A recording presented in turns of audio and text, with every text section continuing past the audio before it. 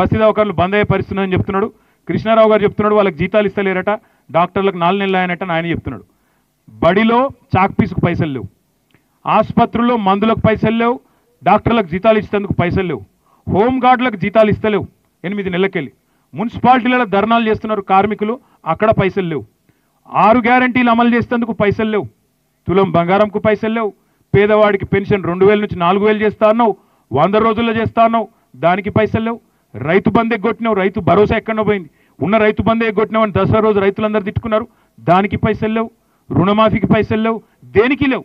కానీ మూసీకి మాత్రం 1,50,000 కోట్లు ఉన్నాయి. ఎట్లా అర్థం చేసుకోవాలి మనం దీన్ని?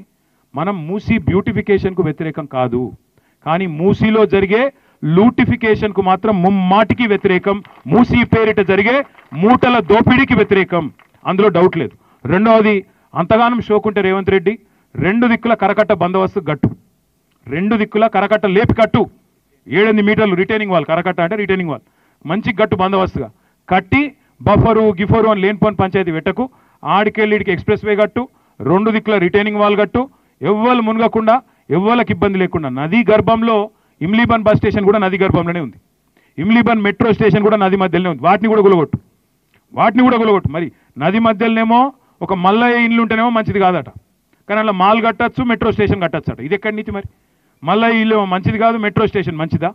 అందుకే నేను అనేది ఏమంటే, దయచేసి ఈ వాస్తవాలు, ఇగో ఇది వాస్తవం, నీళ్లు శుద్ధి చేయబడ్డ మాట వాస్తవం, పునరుజ్జీవనం ఆల్రెడీ జరుగుతున్న మాట వాస్తవం, కొత్తగా రేవంత్ రెడ్డి గారు ఖర్చు పెట్టవలసిన అవసరం లేని మాట వాస్తవం, ఈ మూసీలో జరిగే దోపిడీ వాస్తవం. ఇప్పుడే సుధీర్ రెడ్డి గారు ఒక 500 మందికి బీఆర్ఎస్ పార్టీ వాళ్ళు లీగల్ సెల్ వాళ్ళు స్టే ఇచ్చారని చెప్పారు. చైతన్యపురిలో కూడా ఉండే మా సోదరులకు నేను విజ్ఞప్తి చేస్తా ఉన్నా, వాళ్ళు ఎవరైనా ఇక్కడ ఉన్నారా? చైతన్యపురి వాళ్ళకు నేను విజ్ఞప్తి చేస్తున్నా, మీ ఎమ్మెల్యే గారికి మొత్తం కాగితాలు ఇవ్వండి, మీ తరఫున మేమే, మీకు రూపాయి ఖర్చు కాదు, మేమే హైకోర్టుకు పోతాం, మేమే కొట్లాడతాం, మీకు అండగా నిలబడతామని కూడా చెప్తా ఉన్నాం. ఇక బుల్డోజర్లు వస్తే ఇంకొక మాట కూడా ఎమ్మెల్యే గారిని కోరుతా ఉన్నా, మా పెద్దలను కూడా కోరుతా ఉన్నాం, మన హక్కులు కూడా మనం తెలుసుకోవాలి. ఎవడు పడితే వాడు వచ్చి బస్సు పెట్టి ఎక్కువ అంటే ఉరికానికి మనం ఏమైనా గొర్రెలం కాదు, మేకలం కాదు, అన్ని హక్కులు తెలుసుకోవాలి.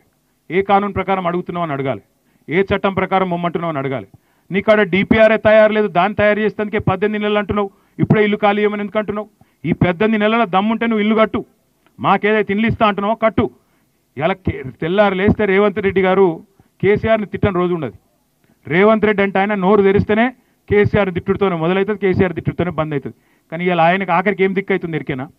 మూసీ చేయాలంటే కూడా కేసీఆర్ కట్టిన డబుల్ బెడ్రూమ్ ఇల్లే దిక్కు, మళ్ళీ అందులో పోయాలంటే కేసీఆర్ కట్టిన కాళేశ్వరంలోంచి గోదావరి నీళ్ళే దిక్కు. ఇది వాస్తవం. అందుకే నేను అనేది ఏమంటే, మీ అందరితోని దయచేసి మన హక్కులు తెలుసుకోవాలి.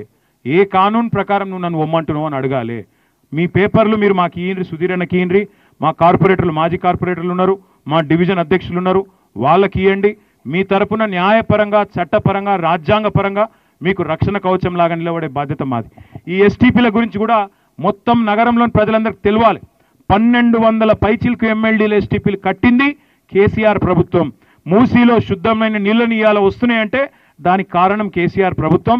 గోదావరి నీళ్ళని ఇవాళ తీసుకొచ్చి మూసీలో కలిపే అవకాశం వచ్చింది అంటే దానికి కారణం కేసీఆర్ పూర్తి చేసిన కాళేశ్వరం. ఆ కాళేశ్వరం నీళ్లతోనే హైదరాబాద్కు మంచి నీళ్ళు వస్తున్నాయి.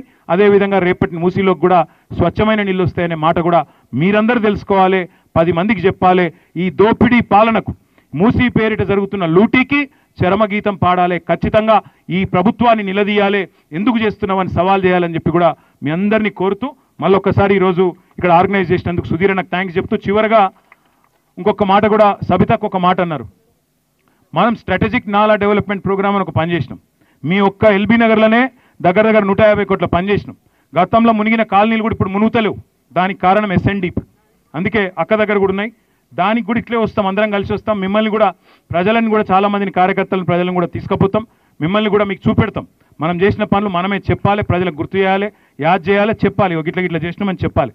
కాబట్టి దయచేసి మిమ్మల్ని పత్రికా మిత్రులను కూడా కోరేది, మీరు కూడా ముఖ్యమంత్రి గారి గ్రాఫిక్స్ మాయాజాలానికి లోన్ కాకండి, ఆగం కాకండి అని చెప్పి కూడా కోరుతూ పేరున ఇక్కడికి వచ్చేసిన మీ అందరికి ధన్యవాదాలు తెలియజేస్తూ నమస్కారం. జై తెలంగాణ.